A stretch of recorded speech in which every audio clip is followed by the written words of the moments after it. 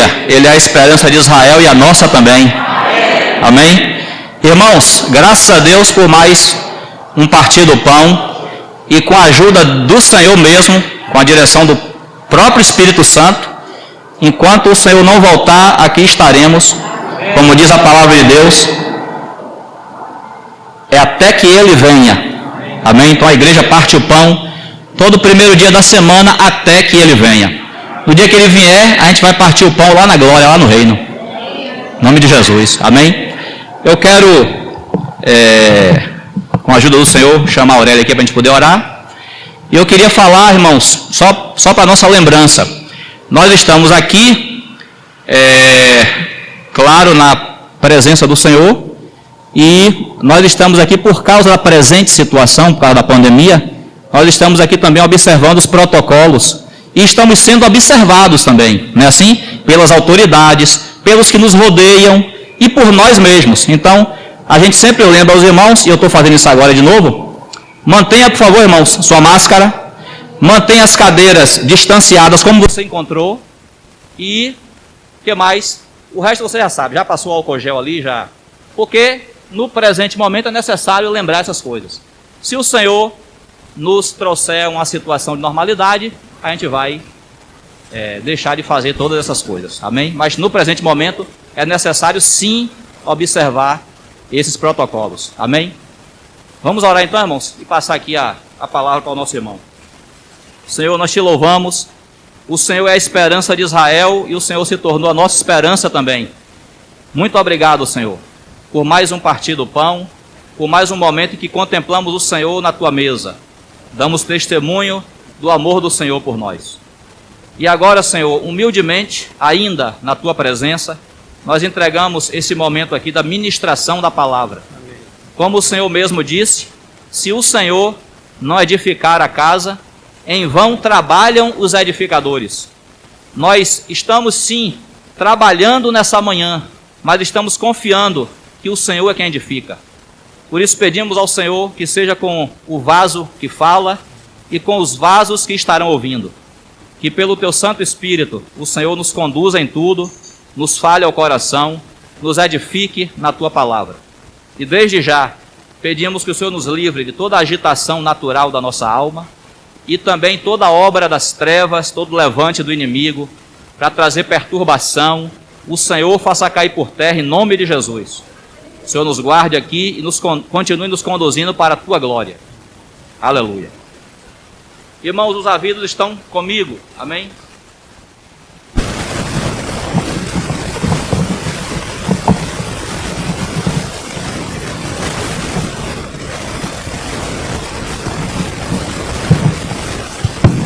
Amém. Jesus Cristo é o Senhor. Luciano terminou de falar que no tempo presente ainda temos que seguir esses protocolos. Tempo presente, que a gente sabe, esse tempo de hoje, que está todo mundo aqui de máscara, a gente não pode ver o sorriso no rosto dos irmãos. O olho, ele expressa algumas coisas, mas não expressa tudo, né? Engraçado que o olho, ele consegue expressar mais espanto e tristeza. O olho não consegue ver muito alegria assim nos olhos. Os olhos brilham, mas os lábios manifestam alegria, né? E isso é só o tempo presente. É mais um motivo para a gente pensar naquele tempo futuro que a gente leu lá em Apocalipse, né?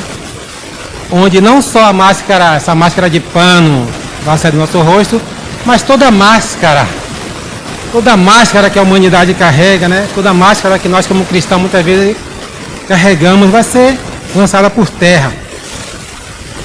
E é com esse coração, irmão, que todo cristão deve ter. As primeiras coisas se passarão, mas em breve, né, estaremos lá na glória, livre de todas as amarras, livre de todas as máscaras. Queria continuar lá de 1 Pedro, de onde eu parei a semana passada. 1 Pedro 1, verso 3. A gente falou um pouco do verso 2, mas eu vou continuar no verso 3. Bendito Deus e Pai do nosso Senhor Jesus Cristo, que segundo a sua muita misericórdia nos regenerou para uma viva esperança mediante a ressurreição de Jesus Cristo dentre os mortos, para uma herança incorruptível, sem mácula, inacessível, reservada no céu para vós outros, que sois guardados pelo poder de Deus, mediante a fé para a salvação, preparada para revelar-se no último tempo. Nisso exultai, ou seja, em tudo isso que foi lido até agora, que devemos nos alegrar, né? Numa herança incorruptível, saber que somos guardados por um Deus todo-poderoso, nisso que devemos exultar. Aí vem uma vírgula e fala assim: embora no presente tempo, se necessário, sejais contristado com várias provações, para que, uma vez confirmado o valor da vossa fé, muito mais preciosa que ouro perecível, mesmo apurada por fogo, redunde em louvor, glória e honra na revelação de Jesus Cristo, a quem, não havendo visto a mais, o qual, não vendo agora, mas crendo, exultai com alegria indizível e cheia de glória, obtendo o fim da vossa fé, a salvação das vossas almas. O Senhor fala aqui que devemos nos alegrar, né, porque fomos comprados pelo Senhor, e há uma herança maravilhosa que nos espera lá na glória. Uma herança da qual a gente já pode desfrutar pela fé desde já, mas vai chegar um dia que nós seremos transformados, não teremos mais esse corpo de corrupção, seremos totalmente livres para adorar.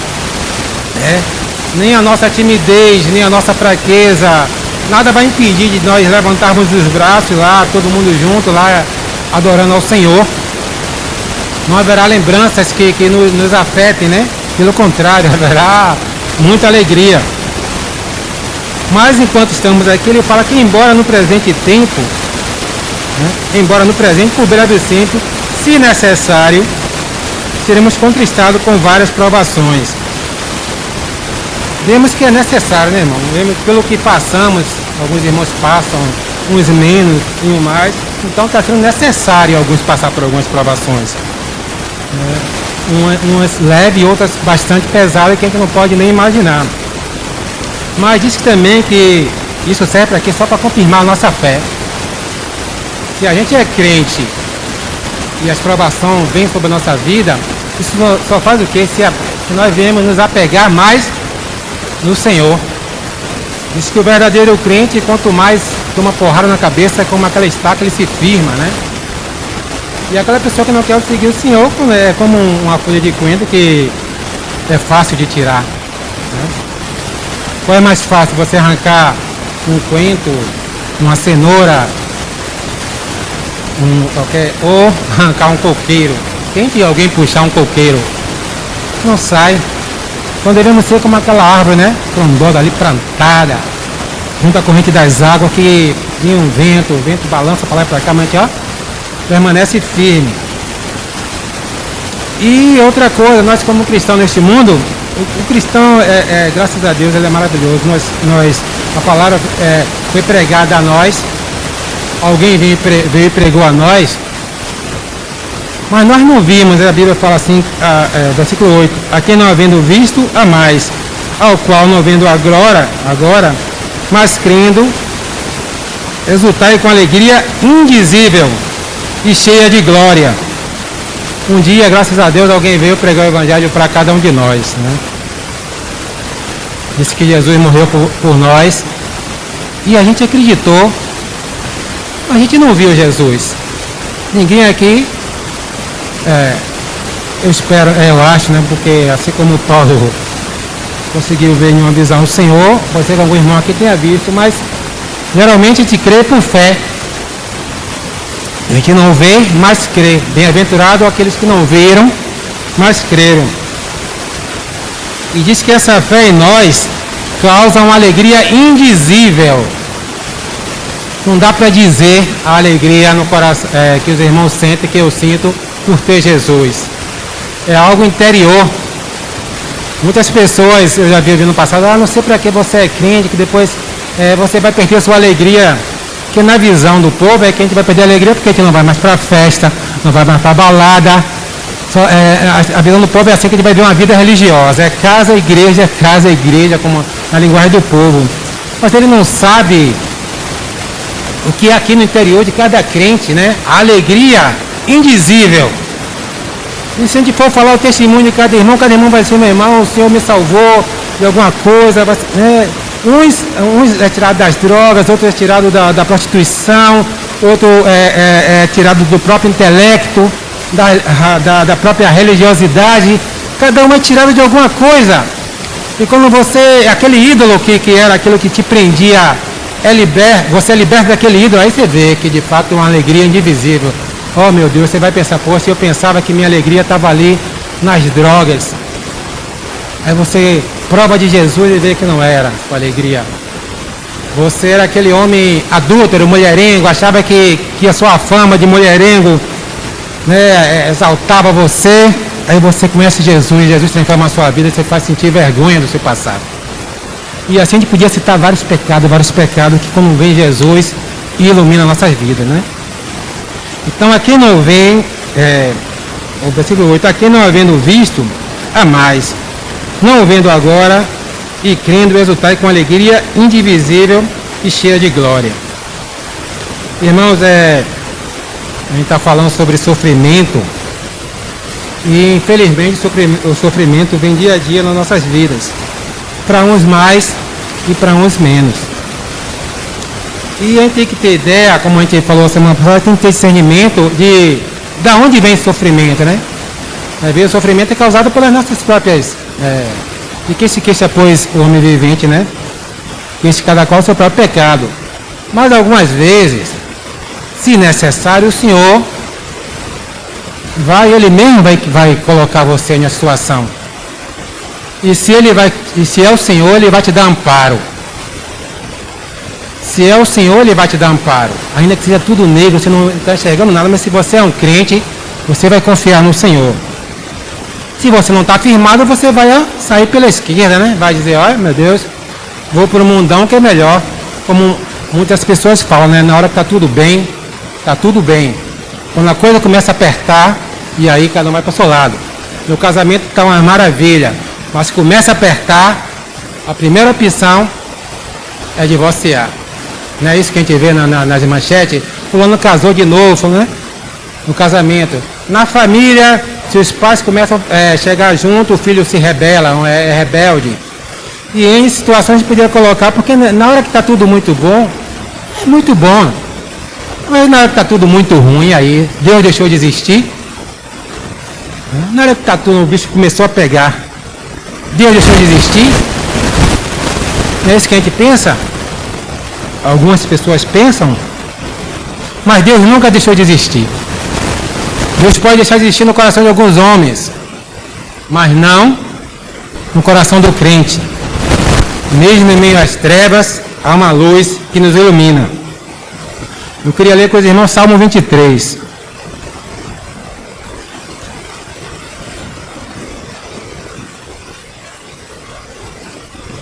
Existem alguns homens na história que até quando a gente lembra tal slogan, né? O slogan, né? Tem um filósofo mesmo, os irmãos conhecem, Nietzsche, que ele fala que Deus está morto. E outras pessoas que influenciaram esse mundo não dizem que Deus está morto, mas porque eles falam, né? Praticamente Deus não existe para eles, né? Tem pessoas como Freud, que pelas palavras que ele proferiu, pela filosofia dele, influenciou boa parte do mundo. Então, simplesmente para ele, Deus é como ele acha que Deus é. Mas graças a Deus, para nós cristãos, Deus é como a Bíblia está mostrando. E não é como a gente quer, vai contrário às vezes a nossos pensamentos.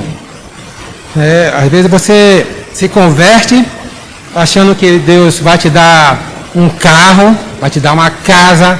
Nesse que às vezes é a promessa, a teologia da prosperidade, é pregado para você: você vai se converter, você vai sair disso, você vai ter um carro, sua empresa vai se multiplicar, né?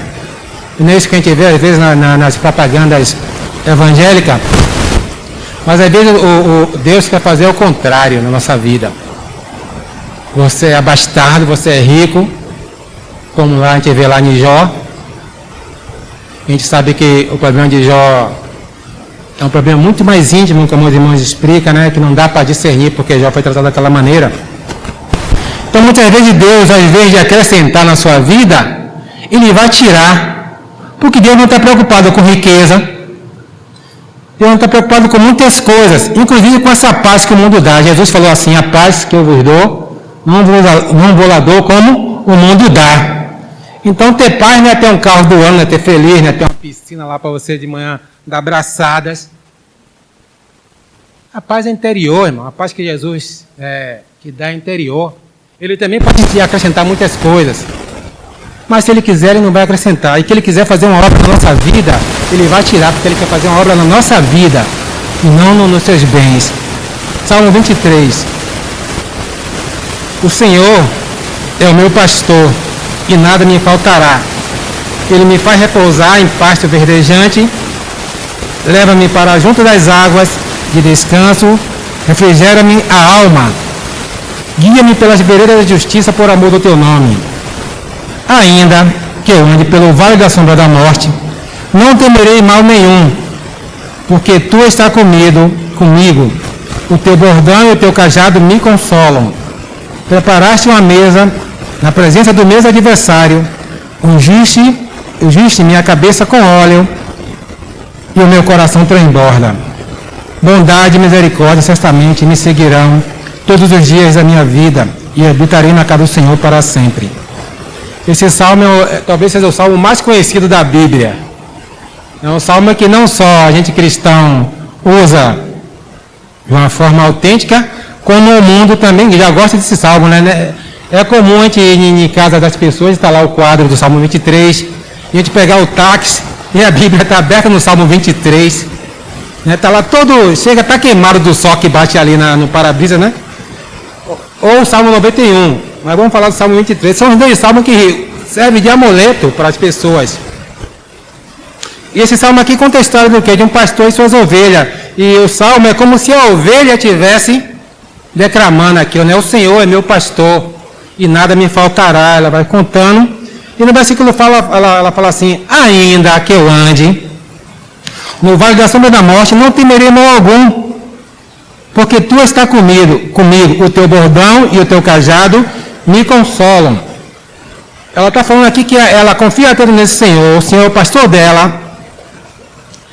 Ela está na mão daquele pastor, que ainda que ela ande pelo vale da sombra da morte, ela não vai temer mal algum, né? Porque o Senhor está com ele, o bordão, ou seja, a vara, o cajado, o consolam. Os irmãos sabem que o cajado é para puxar a ovelha, né? Aquele pauzinho torto assim, que a ovelha está se desviando. Aí vai lá, puxa, vem para o rebanho.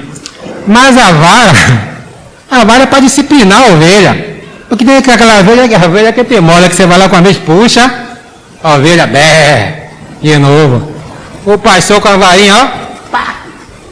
No instante ela volta, né? E às vezes a gente não compreende isso, a gente só compreende só o cajado do Senhor. O Senhor está lá, o Senhor envia um irmão e fala com você volta para a comunhão, ou sai daquela situação que você está vivendo. Mas quando chega aquele irmão mais na linha dura, aí a gente pensa que o irmão foi desumano, mas muitas vezes o Senhor quer nos usar a vara mesmo. E a disciplina do Senhor, o que é disciplina? Quando os irmãos que estudam, né, falam assim, hoje não usa muito esse termo, né? Na disciplina de matemática, disciplina de português, o linguajar é esse que a gente vai estudar algumas disciplinas. Então, disciplina, a gente vê só como castigo, mas disciplina é ensino. Disciplina é ensino, não é castigo. Na vida do cristão, a disciplina é ensino. Então, algumas vezes o Senhor quer nos levar ao vale da sombra da morte para nos disciplinar. Eu estava vendo que em geografia, vale é um lugar baixo, cercado por colinas ou montanhas. Então, aquele lugar ele é mais escuro, porque as montanhas de um lado do outro fazem que aquele vale seja um local escuro. Só que esse vale aqui é o vale da sombra da morte, ou seja, o que faz sombra no vale que você está caminhando é a morte. Você olha por um lado, Você olha para o outro, está lá a sombra da morte. Então você vai passar ali com tremor, com medo, né? Mas só que no caso, não é que você quis, o Senhor te colocou ali. E qual será nosso comportamento nessa hora? Será que foi um Deus malvado que botou a gente lá para a gente ficar lá, né? Morrendo de medo? Ou porque Ele tem um propósito para isso? Deus não é malvado, irmão. Como a gente falou semana passada, Deus não se alegra com o sofrimento da humanidade. Né? Deus é o mesmo.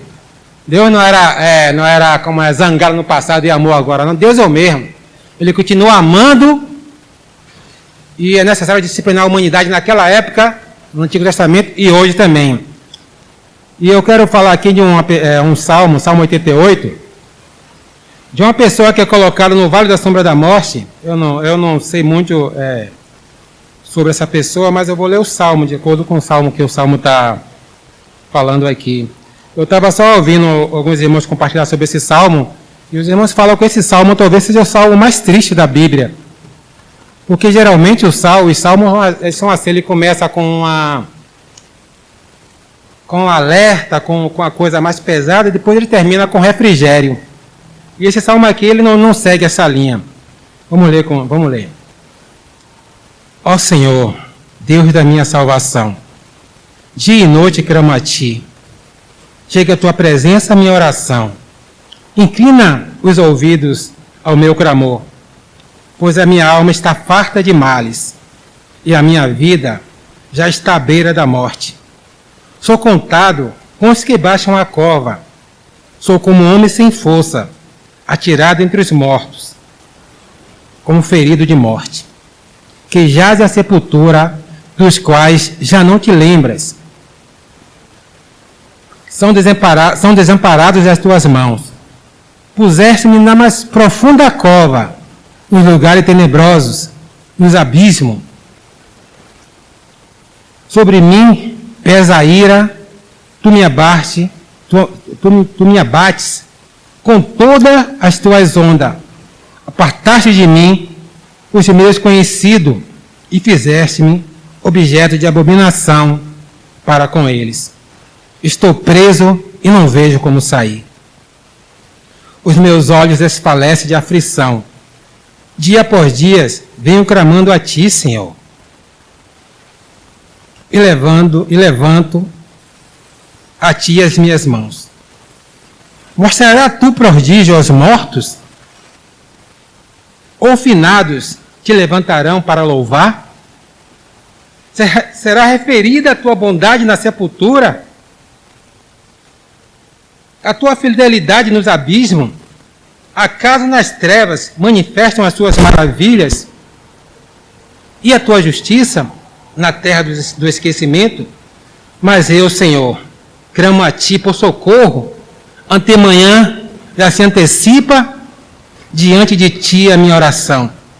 Porque rejeita, Senhor, a minha alma, e oculta de mim o Teu rosto. Ando aflito e prestes a expirar, desde moço, sob o peso dos seus terrores, estou desorientado. Por sobre mim passaram as suas iras e os seus terrores. E os seus terrores deram cabo de mim. Eles me rodeiam como água. De contínuo, há um tempo me circundam. Para longe de mim, afastaste o amigo e companheiro. Os meus conhecidos são trevas. Esse salmo é o salmo mais triste da Bíblia. Os outros salmos terminam com alento. Esse salmo não termina ali. Os meus conhecidos são trevas. Em algumas traduções fala que os meus conhecidos é a escuridão.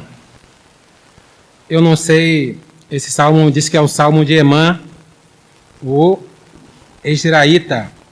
Eu não sei se Emã, talvez algum irmão saiba até se aprofundar mais do que eu aqui. Eu não sei se Emã está falando dele mesmo ou está se referindo profeticamente a outra pessoa. Mas vemos um irmão aqui que está no vale da sombra da morte. Né? Vemos um irmão que está passando por uma angústia, por uma amargura tremenda. Mas vemos um irmão também que ele não está, ele está sabendo que quem colocou ele naquela situação foi o Senhor. E vemos irmão que naquela situação, quando a situação aperta para muitos de nós cristãos, a tendência às vezes é se afastar, porque se afastando não vem o peso da culpa, não vem, né? A gente se afasta da vida. Quando melhor, aí tem irmão que fala assim, quando melhorar eu volto, irmão, eu não estou muito bem. Quando na verdade o verdadeiro, o grande hospital do Senhor é aqui na igreja. E que os irmãos que já foram no hospital veem que tem aquela sala de... Tem vários tipos de pacientes. Tem aqueles pacientes que estão lá só para ver a febre e tal, aquela impressão. Tem uns que estão na UTI em estados mais graves. E vamos colocar no hospital, acho que esse irmão aqui precisava de um tratamento intensivo. Mas só que vemos uma coisa que esse irmão que é maravilhosa, ele não esquece do Senhor. O primeiro verso ele fala assim, ele fala assim, o primeiro verso, né? Ó Senhor, Deus da minha salvação, dia e noite clamo a Ti. Chega a Tua presença, a minha oração, inclina os ouvidos ao meu clamor. Ou seja, eu estou lá, na mais profunda treva, na escuridão, mas eu não estou sozinho. A oração vai para quem? Para o Senhor. Verso 9. Os meus olhos desfalecem de aflição. Dia após dia venho a Ti clamando, Senhor, e levanto as minhas mãos. Verso 13. Mas eu, Senhor, clamo a Ti por socorro. De antemanhã e antecipa diante de mim a minha oração. Então, irmãos, espero, em nome de Jesus, que nenhum dos irmãos passe por uma situação semelhante, uma situação da qual a gente não vê luz para a nossa vida. Entendeu? A gente começa orando, está ali orando, e vê que as coisas estão só acontecendo. Se um dia algum irmão chegasse para você e disse, irmão, estou me sentindo morto, estou me sentindo como se fosse um defunto para mim, né? As pessoas me olham como se fosse um morto, você diz, poxa, irmão, você está sendo exagerado, né? Mas esse irmão, ele falou para o Senhor, ele falou para o Senhor, estou me sentindo entre os mortos, sou contado com os que morrem. A gente podia até explicar um pouco essas coisas que ele fala, mas eu não vou me deter a isso, explicar por que ele fala essas coisas. Mas o verso 6 ele fala assim, puseste-me na mais profunda cova, nos lugares tenebrosos, no abismo. Sobre mim pesa a tua ira, tu me abates em todas as tuas ondas. Ele tem certeza que é o Senhor.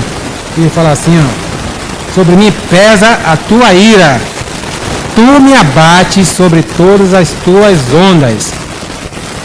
Nessa hora, a tendência a gente é não buscar discernimento do Espírito e achar que é sempre que o inimigo que está dominando nossa vida. É o inimigo, né? Inimigo. O inimigo é o pai da mentira. Se você, tudo é o inimigo às vezes, para ele é até bom.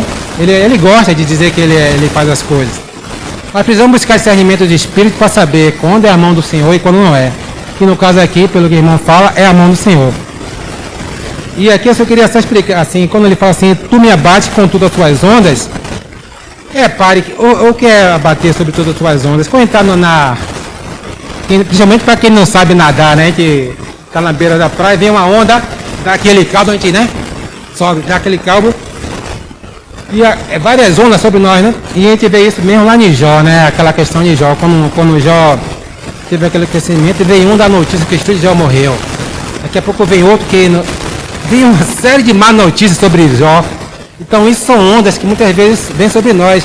E às vezes, irmão, em pequenas proporções, talvez em muitas, já aconteceu em nossas vidas. Já aquele dia que várias coisas de ruins acontecem em nossa vida. Nesses dias a gente temos que buscar discernimento para saber se é do Senhor ou se não é. E outra coisa que vemos aqui é a intimidade desse homem com o Senhor. Se nós não tivermos intimidade com o Senhor, na hora da aflição, na hora da situação negra sobre nossa vida, A gente não vai buscar o Senhor. A gente vai buscar muitas outras coisas, mas não vai buscar o Senhor. Para esquecer, a gente vai fazer várias coisas, mas não vai buscar o Senhor. E esse homem não só busca o Senhor, mas ele também diz umas coisas para o Senhor que talvez a gente não tivesse coragem de falar, que ele estava dando a entender que ele ia morrer, que ele não ia suportar, né? Aquilo tudo que estava acontecendo na vida dele, dava para dar a entender que ele, ó Senhor, não aguento. Aí no verso 10, ele começa a falar assim: mostrará tu prodígios aos mortos, ou os finados te levantarão para te louvar? Será referido sua bondade na sepultura e a sua fidelidade nos abismos?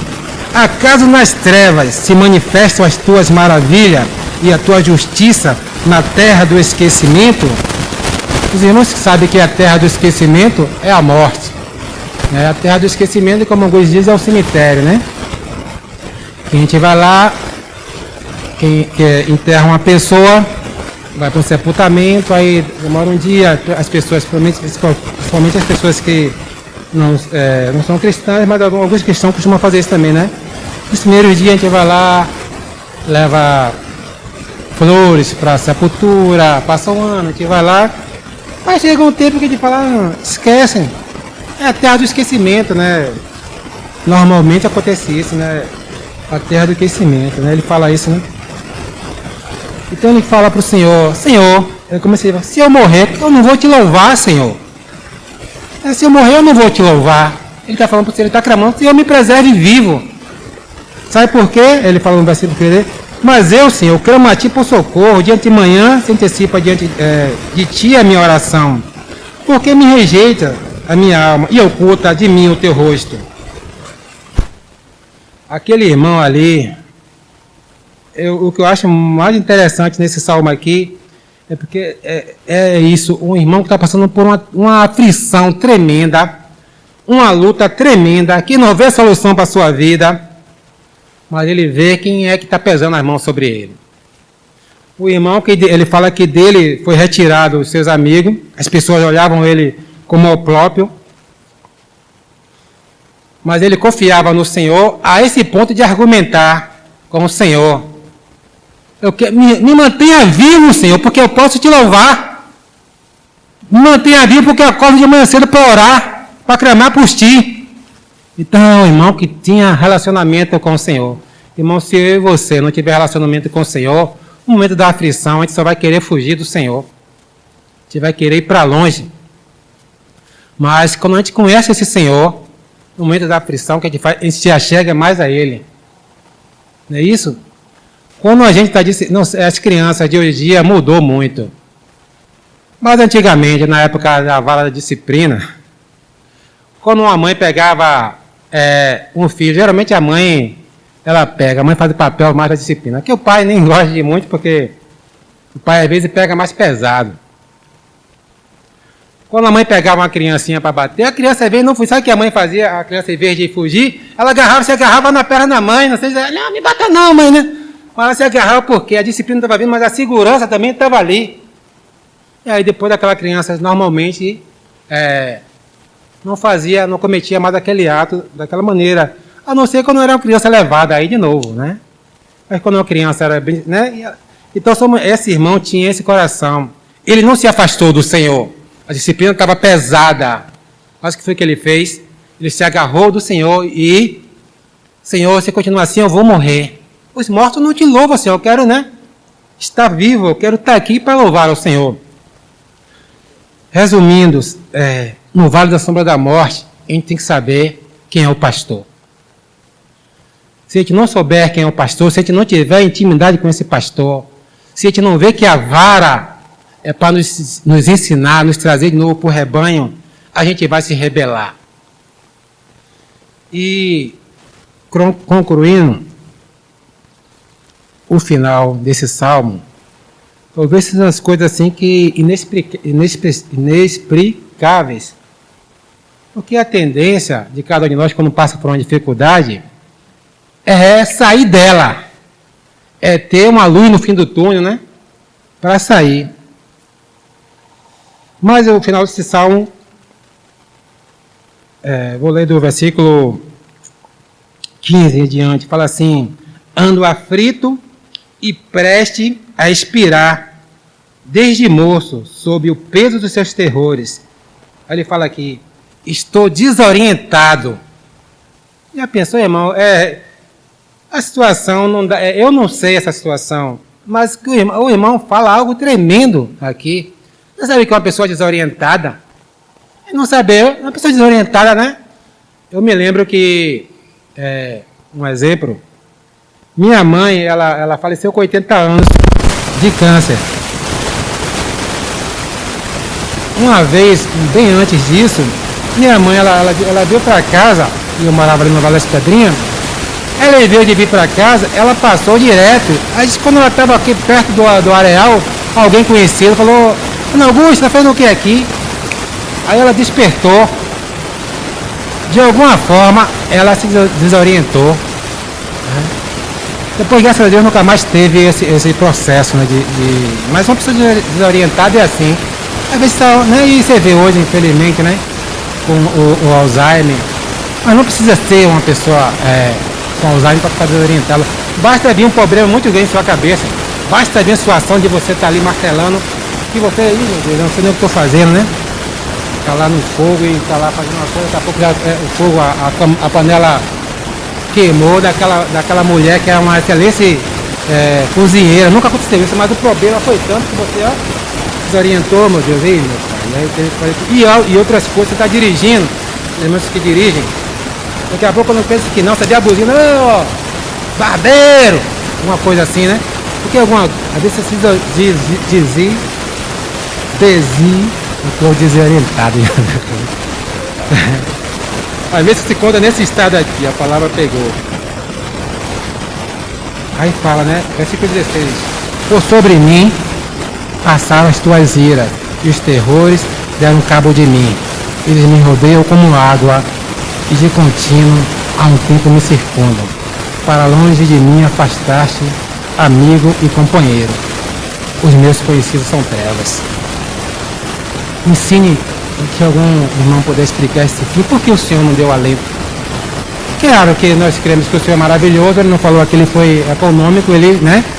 Mas ele quis que a lição desse salmo fosse essa. E o salmo fala assim, né? Antes fala assim, cântico, salmo dos filhos de Corá ao mestre de canto para ser cantado com cítaras. Salmo didático de irmã israelita, né? Didático é aquilo que dá para ensinar, né? Para ser ensinado. Não, concluindo que o tempo é curto, eu não sei por que esse salmo termina assim. Talvez nos dias de hoje, não sei a vida dos irmãos, talvez em alguma proporção sua vida também ainda está assim. Por algum motivo, ainda mais esse ano que a gente está. Engraçado que já passou o ano, né? Esse ano que a gente continua vivendo nessa aflição, vamos dizer assim. Por algum motivo, sua vida está em trevas. Não está falando que está em pecado, não. Está falando que está em trevas. Irmão, mesmo nos dias mais chuvosos da humanidade, o sol está lá atrás, irmão. Muitas vezes você olha as tempestades, os raios, mas por trás está lá o sol que não muda. Então eu creio que esse salmo quer passar isso para a gente. Quer passar que, como a gente lê no Eclesiastes, ainda que a gente se alegra, muitos dias de regozijo, haverá um dia de trevas e serão muitos. Não há uma solução para a nossa vida, não. Há a solução para a nossa vida, que essa solução é o Senhor. Eu vou terminar e espero que os irmãos tenham entendido o que eu quis passar. Mas quero dizer para mim mesmo, para os irmãos, que ainda nos nossos dias, que o dia que estejamos vivendo sejam trevas, a gente não está enxergando nada, a gente nem para a reunião só porque sabe que tem que ir, mas a gente não sente alegria nos cânticos, nos louvores, não sente prazer. Irmão, se você estiver buscando o Senhor, se estiver buscando discernimento, esse dia vai passar, porque na hora que o Senhor completar essa obra, você vai lembrar com alegria desse momento. Entendeu? Somos um, vamos orar. Senhor Jesus, obrigado, Senhor. Que o Senhor é um Deus de maravilhas. É um Deus que tem cuidado de nós. Nós não estamos sozinhos, não estamos à toa. Temos um Pai que cuida de nós. E mesmo em meio a toda escuridão, Senhor, em meio a momentos que não enxergamos nada, o Senhor está conosco. A sua vara e o teu cajado nos consolam. Louvado seja o seu nome, Senhor. Aleluia.